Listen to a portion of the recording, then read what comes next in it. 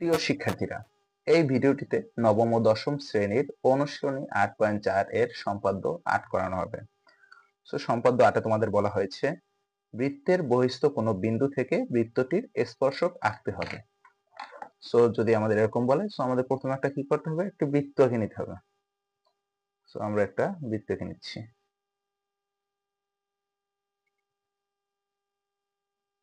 বৃত্তের কেন্দ্রের নাম দিয়ে দিচ্ছি আমরা ও।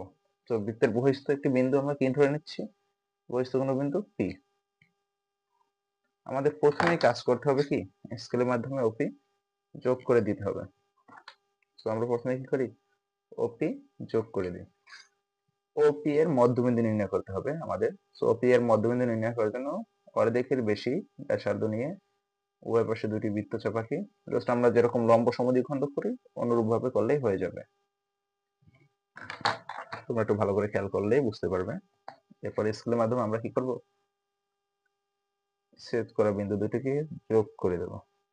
এবার আমরা যেখানে মিলিত হয়েছে সেটার নাম দেব কি, এম। আমরা এটা কি করেছি, ওপি এর মধ্যবিন্দু এম নির্ণয় করেছি। এবার কি করব, ও এম এর সমান ব্যাসার্ধ নিয়ে এম কে কেন্দ্র করে একটি বৃত্ত আঁকবো।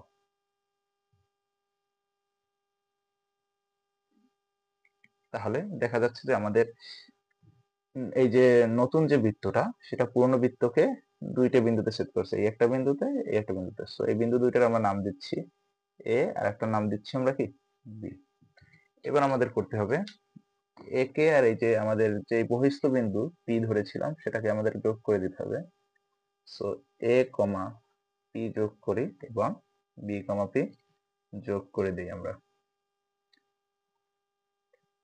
তাহলে আমরা বলতে পারি কি, যে এপি আর বিপি কে আমাদের উদ্দিষ্ট বহিস্থ বিন্দু থেকে দুইটি স্পর্শক আঁকা হয়েছে।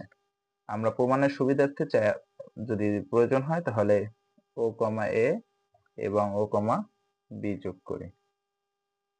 তাহলে আমরা এখানে কত ডিগ্রি কোণ উৎপন্ন হচ্ছে, 90 ডিগ্রি কোণ উৎপন্ন হচ্ছে। আর 90 ডিগ্রি কোণ উৎপন্ন হওয়া মানে কি, এটা একটা কি হবে, স্পর্শক। আমরা চিত্রটির চলো ব্যাখ্যা করে নিচ্ছি।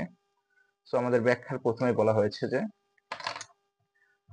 মনে করি ও কেন্দ্র বিশিষ্ট বৃত্তে পি একটি বহিস্থ বিন্দু, পি বিন্দু থেকে ওই বৃত্তের স্পর্শক রাখতে হবে। আমরা প্রথমে অঙ্কনে কি করেছি, এই পি আর ও যোগ করেছি। পি ও যোগ করার পর কি করছি, পি ও রেখা অংশের মধ্যবিন্দু এই যে এম, এটা আমরা নির্ণয় করেছি। এবার কি করতে হবে, আমাদের এম কে কেন্দ্র করে এম ও এর সমান ব্যাসার্ধ নিয়ে একটি বৃত্ত আঁকছি আমরা। তো মনে করি কি, নতুন অঙ্কিত বৃত্তটি প্রদত্ত বৃত্তকে এ ও বি বিন্দুতে ছেদ করেছে। এই এ আর এই বি বিন্দুতে কি করেছে, ছেদ করেছে। এ কমা পি, বি কমা পি যোগ করি। তাহলে আমরা বলতে পারি কি, এই এপি আর এই বিপি আমাদের কি উভয় নির্ণয় স্পর্শক। প্রিয় শিক্ষার্থীরা, দেখা হচ্ছে পরবর্তী ভিডিওতে, আমাদের সাথেই থাকুন। ধন্যবাদ।